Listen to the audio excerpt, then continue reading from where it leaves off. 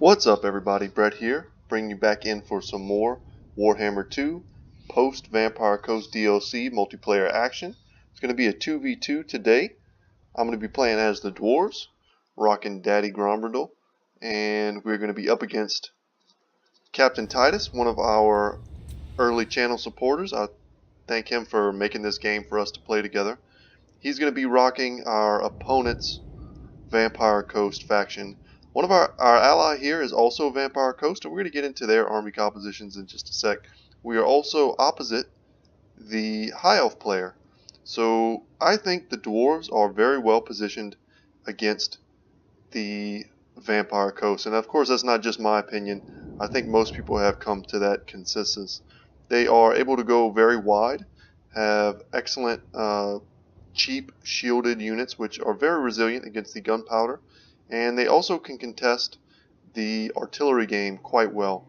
Their cannons are very deadly, very accurate, and I didn't want to, I never like to cheese any of my builds, so I don't like to rock, 4 cannons in one build or something ridiculous like that. But I do think kind of the hidden gem in the dwarf lineup against these factions, both the High Elves and the Vampire Coast, is going to be the Rangers. Super cheap. They are 500 gold. Let's go ahead and bring up their unit card here. They do have bronze shields and 40 armor and decent range, and they're going to be excellent at skirmishing against the High Elves and very good at skirmishing against the Vampire Coast. And I did take 6 of them here spread out across my front line. For my actual front line, my infantry corps, 2 dwarf warriors out on the wings. Dwarf warriors, very cheap and shielded. Also 85 armor is not bad. If you have to go up against spearmen, dwarf warriors will win that battle quite handily. And in the center here I have kind of a staggered formation of miners with blasting charges. So a spearman, sword masters of Hoeth, or any kind of zombie shenanigans they run into the front line, they're going to eat these blasting charges, which do deal fire damage, which is not irrelevant against the Vampire Coast. I also have a sturdier secondary line of Longbeards with shields, and you see here they're raising their shields against the High Elf artillery. They do have 2 Reaper Claw bolt throwers set in their kind of anti-infantry mode, and they're going to be shooting at my units. I am using my 2 runesmiths here, and I have 1 runesmith which currently has the Rune of Oath and Steel and Rune of Negation popped. And as long as I'm hitting kind of center mass on these formations, we're going to give our guys more armor and damage resistance, and they're not going to take hardly any damage from these Reaper Claw bolt throwers. And meanwhile, our cannon here, positioned in the center in the back, is going to be shooting down their artillery, while our grudge throwers, of which we have 2, are going to be throwing some grudges, mainly focusing down the sword masters of Hoeth here in the secondary line, and occasionally the archers. And we'll switch it up, because the thing about the High Elves is you want to get them to 50% HP. That way they lose their martial prowess or martial mastery. And you'll see there, boom. That's 2 Swordmasters of Hoeth dead, and here come the second. Bit inaccurate there. Had I taken the Regiment of Renown, the Goblobber, that thing is deathly accurate and applies a leadership debuff, which I could see it being very good against the Vampire Coast artillery, dropping their leadership, forcing them to crumble. They also have a Prince up on I think this is a Star Dragon. The Star Dragons are purple. And here's another Star Dragon here. So 2 dragons. Quite the fierce core there. Oh, Vanguard deployed way back. Captain Titus has the Night Terror. So the Regiments of Renown. Let's go ahead and pause before we miss too much action. But these guys are very scary. Look how they shamble across the battlefield. It's terrifying. But they do have one drawback, and that is the fact that they have Rampage. They have decent missile resistance of 30%. They cause terror, of course. And they have the Hunger, which allows them to regenerate in combat. So they're going to be looking to stalk their way all the way through here and get into our lines. Slow-mo it up, because we do want that to hit eventually. Captain Titus here is rocking the Lamprey's Revenge, a regenerating group of the Rotting Promethean gunnery mob. Very solid, very tanky. You can keep them in your back line or kind of in a secondary line, and they'll shoot their hand cannons. But they do great in melee. absorbing tons of damage. And just a complete front line of the basic gunnery mobs. They have 90 range and decent armor piercing, but they are kind of a meat shield unit, and they're excellent in the front line. And he's going to saturate them with 3 units of the depth guard. So let's go ahead and check these guys out for a second. I don't think I've chosen them yet on my channel. This is only my second game being cast, but they also have the hunger as well as frenzy, so they're going to regen in combat. They are immune to psychology, so you don't have to worry about these guys being terrified, that's for sure. And yeah, they're regen in combat, especially against low tier chaff units like these deckhand mobs. They're nearly immortal when you pit them against units like that. They have a backline here, Captain Titus does, of deck gunners. I think people are kind of catching on to the value of these units. 245 range is nothing to sneeze at. Very similar to, let's say, Ushabti Great Bows, just nowhere near as durable. They cost about 700 gold, I believe, so about the same cost as, you know, a simple handgunner. You need to protect them, but if they go uncontested, their DPS is huge. And let's see here, they do have an effect on hit. Let's see if we can click on that. So Shield Breaker. So they'll do damage versus units that have shields. Same as Ushabti Great Bows. So quite cool. Also, he brought a Morgul Haunter. Look how gigantic this guy is compared to a human. Yeah, it's unbelievable. These guys are the hero variant of the Morguls, for those of you who aren't aware. He did bring Deadly Onslaught to increase his armor piercing and damage and weapon strength. And these guys also have a chilling aura. Let's see if we can click on them. If the gods will be kind to me and allow me to click on a unit to read its card. Alright, the gods are not kind to me, but it does have a slowing aura. I just wanted to check for you guys the actual percentage of that. But once a unit gets into combat with the Morgul Haunters, they'll find that it's quite difficult to disengage. And for his lord, he has Silastra Direfin. So she is ethereal. Very low HP pool, but she makes up for that with huge physical resistance, and there's almost no way while she's standing in the midst of all these units that we are going to be able to click on her. Unfortunately, this is still not changed. Oh, wait, we got it. 75% physical resistance, thank God. Okay, and let's check out her spell kit. So, brought the Kiss of the Deep, that's the passive. Whenever she casts a spell, she's going to cause just a little bit of damage spread across our entire armies. So I do have the dwarves, so that damage is going to be heavily mitigated by their natural magic resistance. I also have here, or he has here, the Denizens of the Deep. So he's going to be able to summon 2 units of Rotting Prometheans, a very good spell. I used that in my last battle. Fog of the Dam. That's a nice spell as well to decrease leadership and melee attack. Use that in conjunction with, let's see here, he must have taken it. Song of Enthronement, and you can decrease more melee attack as well as speed. Vangeist Revenge, very cool spell. You might have seen that in my last battle, but a ship actually raises from the deeps and shoots some cannons. It looks pretty amazing. As well as Ghosts of the Past, which are going to allow him to summon a group of damned knights errant. So ethereal knights are very dangerous. And I think, wait, we still need to go over my allies' army. It's pretty simple, but it's got some cool units. He brought the Gallows Giant, and while we were fighting, I was very focused on what I was doing. I didn't get a chance to pay attention to this unit, but it only has a range of 110, but that's because it is a flamethrower unit. Extremely powerful. See if we can check out its unit card. Now these Colossi have an ability that when they drop below a certain amount of health, they'll spawn a unit of deckhand mobs that will kind of fall out of their stomachs here and go to protect them. So if you'll see, the missile damage here is 7,179.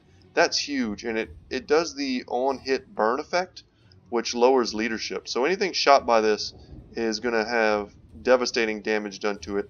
And then of course here you have Count Noctilus atop his Necrofex Colossus as well.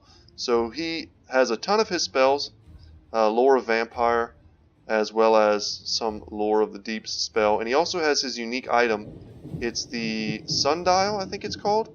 But it allows him to kind of long-range summon some deckhand mobs. You can summon those right in the back of a artillery piece, let's say, and you will be able to shut that down. He has some pole arms here protecting Queen Bess.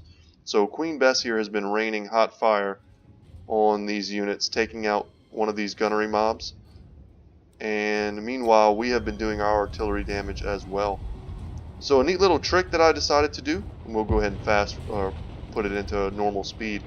I used my runes as much as I could in this little pocket here, and then I'm going to switch my runesmiths over from one side to the other. And if he's not going to change his targets, then I'm going to take advantage of my runesmiths cooldowns, and I'm going to bring some more armor and damage resistance to this side of the battlefield. Now the high elf player, for whatever reason, didn't want to advance. Maybe he thought he was going to get a ton of value out of these Reaper Claw bolt throwers, but that's just not the case. So I'm going to detach 3 of my rangers to come and help my ally try and win this fight. He's going to get some good shots off with the Black Spot, the Regiment of Renown handgun version, and these guys basically have bayonets attached to their weapons, so they have anti-large and melee. That's kind of what's unique about them. Now unfortunately, the Gallows Giant gets here into melee when what he really wants to do is keep him back and let him shoot his fire. He's going to be quite good in melee. The Depth Guard are not going to be able to do much to him, but these damn Knight Errants are going to get in the back line, and I'm not sure quite where they're going yet.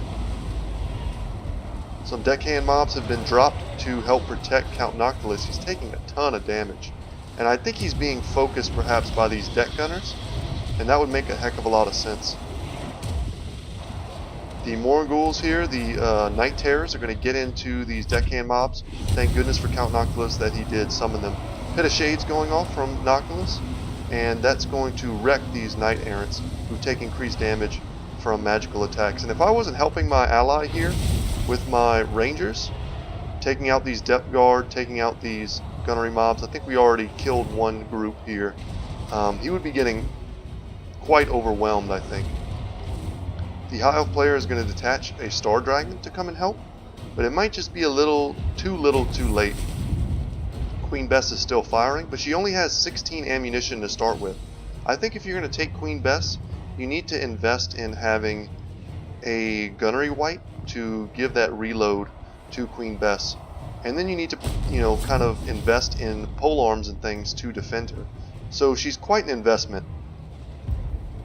And you'll see here I'm doing that strategy I mentioned of giving more armor and damage resistance to this blob. And we've already dunked one of these Eagle Claw bolt throwers, but there's one left to go. Meanwhile, we are spreading that damage around from our grudge throwers, who are very cheap. A standard grudge thrower is only 700 gold, so they're definitely generating that value. Here in the pit, the Star Dragon is an excellent anti-large monster slayer, and this Gallows Giant wants to fight infantry. It does not want to fight a unit like the Star Dragon with 580 weapon strength, and its melee attack also does fire damage. Kind of interesting that the Gallows Giant does not have any kind of fire resistant. That would be pretty cool, possibly thematic. But I don't know if any monster in the game, any single monster entity unsupported, can fight a Star Dragon. I'd be curious to do testing on that. I'm also going to detach one of my miners with blasting charges, and we get a nice blast off here into these Depth Guard, and we're going to charge in with our Dwarf Warriors. And there you go, we gunned down that Morghul Haunter. Didn't want him sustaining in melee using his hunger to keep himself alive. Salastra is someone we don't really have much of an answer for. Her 75% magical resistance is going to kind of force us to leave her alone until nearly the end of this fight. Gallows Giant is still up. A few deckhand mobs kind of sporadically placed across the battlefield. The Black Spot isn't completely crumbling yet because they do feel somewhat, now they're starting to crumble. But they are, like I said, anti-large and melee thanks to their kind of affixed bayonets that they can use. If they were full health when the Star Dragon jumped in on them, they might have had a chance at fending it off. But at this point, nearly everything for Captain Titus, the enemy Silastra Direfin army, is going to be nearly gone. They just have a few crumbling units and Silastra. And when you overwhelm an ethereal unit, you can take them down. It's just oftentimes difficult. So the high elf player kind of sees the writing on the wall and decides they finally need to engage. My blasting charges are going to go off here and wreck these spearmen. We're going to get a nice Rune of Wrath and Ruin here on the Swordmasters of Hoeth. We're going to slow them down, not let them get into melee unscathed. We have 3 more Rangers here taking pot shots. And we still have a bit of ammunition left on all of our artillery. And Grombrindal sitting here with full health, just waiting for this prince to come and land and get a chance to take him out. So we're going to get more blasting charges off on these Swordmasters and these Spearmen, and we really break up any kind of frontline presence the High Elf hope to have. And over here we're taking the fight to what's left of that army, plus this Star Dragon. And the High Elf player is going to get a bit of a whiff here on these miners with blasting charges. Would have been better to try and get a sideways shot down the line of even, let's say, our Rangers or our Longbeards. And at this point, I don't feel any need to commit our Longbeards to this battle. I think we're going to win this quite handily with just our cheap miners and Dwarf Warrior front line. And at some point we're going to, I think we have our artillery is going to switch onto the archers here, and we're going to take them out. The Eagle bolt throwers shot all of their ammunition on this one, and they didn't do much. 25 kills, probably all miners. Not very worth. They do cost, I think, 700 gold, so the same price as a grudge thrower. Now my grudge thrower got about 84 kills on this one, and 79 on that one, and that was a lot of Swordmasters of Hoeth and archers, so we got a lot more value out of ours than they did theirs. So our units are being terrified and picked apart. We've got Salastra down, maybe about 25% HP, and these 2 Star Dragons, we've definitely hurt them. The Night Terrors, we're focused on getting them out. Our cannon has been focusing on the Prince for quite some time now, and you'll see that's why he does have less than 50% of his HP. I've realized that this is a bit of a lost cause here, trying to fight these units without the full support of our army. So I'm going to be drawing them back. I want to get my runesmith back too, but I don't think that's going to happen. The last Night Terror crumbles. So now all they have left is this kind of janky, remnants of a High Elf army. A couple archers here and there, but they are the very base archers. I'm not going to do a ton of damage versus our armored and shielded units. So we're going to square off here, get ready to try and take on a Star Dragon and a Prince on a Star Dragon, as well as Silastra. And we do manage to get off the last of our runes here. We got our last Rune of Wrath and Ruin on Silastra, and we're able to do a little bit of damage to her. Unfortunately, they got a nice breath attack here on our Rangers. I should have spread them out in more of a elongated formation. I kind of left them in this squared formation, and that's going to come back to bite me. I didn't think about the fact that they would each have one more breath attack in their pocket. And yeah, that was devastating. That's a breath attack from a Star Dragon. It's hard to recover from that. And we did have a decent amount of ammunition left. So now we're engaging. Grombrindal's going to get in there, and he's getting gooned a bit by 2 Star Dragons. So it's no wonder he's losing all of this HP quite quickly. Now I do have Grombrindal has no fear, and I'm going to try and pop that in a second. The runesmith is giving us Rune of Oath and Steel, as well as the Rune of Negation. So we are a bit tankier than we normally would be, and you'll see we're chunking the HP down of these guys quite quickly. We're using our cheap units that are already somewhat injured to chase down the remains of the High Elf army, while one of our Rangers skirmishes here with the archers, a good trade for us, and this Dwarf Warrior unit is holding up all of their reinforcements from coming in from the rear. Our Rangers that are out of ammunition, as well as our artillery with no more ammunition, they're surrounding Silastra, and they're going to attempt to try and beat her down just through sheer numbers. We managed to rout off this Prince, 300 HP left, and we're routing off the Star Dragon. Still has 700 HP, and you'll see here we're taking some shots at it, bringing it down to 500. But Grombrindal nearly got killed there. He broke for a second and came right back, and I was able to pop Grombrindal Has No Fear and keep all of my units and make them all unbreakable. So despite the fact that all of the units that they have left, these 2 dragons and Silastra, do cause terror, even my miners with blasting charges are not going to run. So we're going to get all around her, runesmith and Grombrindal, and we're going to look to just chunk her down through sheer weapon strength alone, despite her 75% physical resistance. And we're going to want to get these rangers here. They're going to come over here and start shooting at the Star Dragon. I was going to use my cannon crew to kind of escort him off the battlefield. It was going to be something I was going to have to micro, but I was prepared to do it. The prince here, I was desperately hoping that they did not have another breath attack on him. And maybe he did, but at the last second he broke. So we'll never find out. But excellent gameplay here from all sides.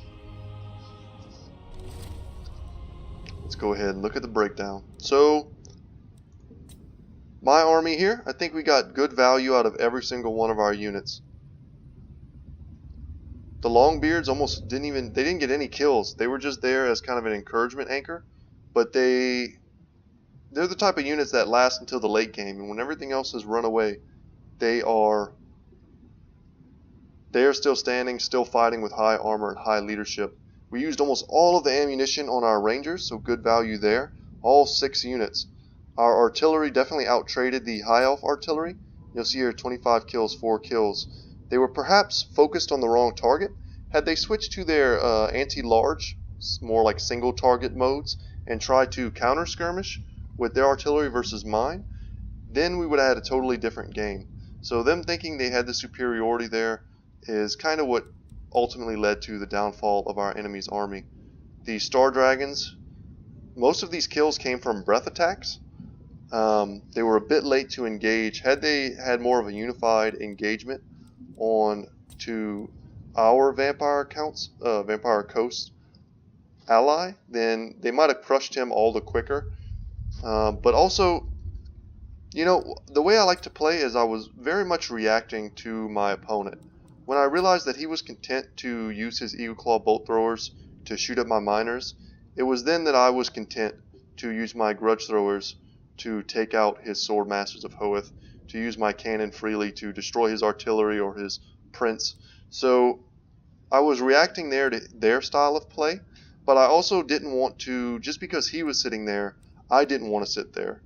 You know, so I took one of my dwarf warriors, one of my miners, 3 of my rangers, and 1 of my runesmiths, and we went and we tried to help our ally. That's a decent little chunk of my army, and I think had we not done that, we could have ourselves been overwhelmed in our position by Captain Titus's Morn Ghouls. He still had several depth guard left alive, as well as this Haunter, and had we not aided them, I think we could have had our flank overwhelmed, and that might have prompted the high elf player to get a little brave and seek to engage on us. So that was my first look at, let's see, what's that thing called? The Gallows Giant. That was kind of my first look at that unit as well. Perhaps a bit misused, and not a lot of kills on Queen Bess. That's unfortunate. Like I said, you do need the Gunnery Wight to give him, or to give her rather, increased ammunition if you want to get full use out of it. But I would love to, I think in the future, I'm going to take the Gallows Giant in one of my armies, and I'm going to try it out, really protect it, keep it in a secondary line, and let it just shoot streams of fire against. Maybe I'll try that against a Vampire Count's army if I ever run against one, or a Tomb King's or something like that. I think that would be most effective. 0 kills on the Mongol Haunter. That's just rough. I have to imagine that it was the target of a great deal of focus fire here. And perhaps it just got circle beaten by the Lamprey's Revenge. But anyway, guys, thank you so much for watching. That was a fun battle. I did a lot of battles today, and some that were even better than this, honestly. Some 3v3s, some 3v3s with much smaller army composition, so it was much more tactical, and it was a lot more fun doing something a little different than just, let's say, a quick battle like some of the ones I did earlier today. So I hope you guys enjoyed this, and if you haven't subscribed to my channel, please do. If you like this video, hit the thumbs up button. It lets me know that I'm doing a good job. And if you do subscribe, leave a comment, that way I know who you are, and we could perhaps play some games together, or we can talk about the builds and the meta. It's kind of my favorite thing to do. So without any further ado, guys, thank you so much for watching. I hope you have a great day, and I will see you in the next one.